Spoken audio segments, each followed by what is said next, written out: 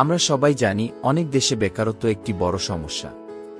Freelancing সেই সমস্যার একটি গুরুত্বপূর্ণ সমাধান হিসেবে এসেছে। যারা চাকরির অভাবে হতাশ ছিলেন তারা ফ্রিল্যান্সিংয়ের মাধ্যমে একটি নতুন উপার্জন পথ খুঁজে পেয়েছেন। অফিসের জীবন যেখানে কঠোর সময়সূচি, নিয়ম এবং স্থান নির্ধারিত হয়, সেখানে ফ্রিল্যান্সিং জীবনের অনেকটাই স্বাধীন। আপনি নিজে কাজের সময় নির্ধারণ করতে পারেন এবং আপনার কাজের পরিবেশ কেমন হবে সেটাও নির্ভর করে আপনার উপর।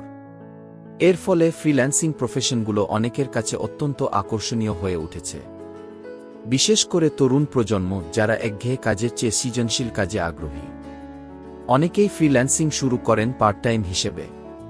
চাকরির পাশাপাশি তারা ফ্রিল্যান্সিং করেন যাতে তাদের আয় বাড়ে এবং স্বাধীনতার স্বাদ পেতে পারেন। আবার অনেকে অফিসের চাকরি ছেড়ে পুরোপুরি ফ্রিল্যান্সিংয়ে চলে যান।